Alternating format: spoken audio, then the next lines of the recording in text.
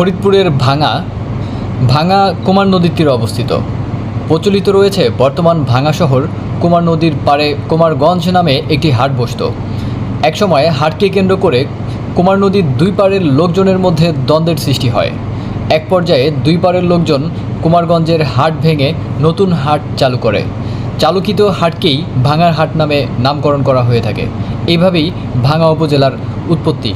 ইউনিয়নগুলো হচ্ছে Manikda union, Hamiddi union, Nurullaganj union, Chandra union, Kalameddha union, Azimnagar union, Tujarpur union, Nasirabad union. আরেকটি মতবাদ অনুযায়ী ব্রিটিশ আমলে ভাঙা পুলিশ স্টেশন বা থানা বর্তমান দেওরা নামক স্থানে ছিল। ভাঙা থানা প্রতিষ্ঠিত হয়েছিল 1908 সালে এবং উপজেলায় রূপান্তরিত হয় 1983 সালে। আমার বাসাও ভাঙাতে। প্রিয় দর্শক, ভালো থাকবেন সবাই এবং ফরিদপুরের ভাঙাতে সবাইকে আমন্ত্রণ রইল, ঘুরে যাবেন। আসসালামু আলাইকুম।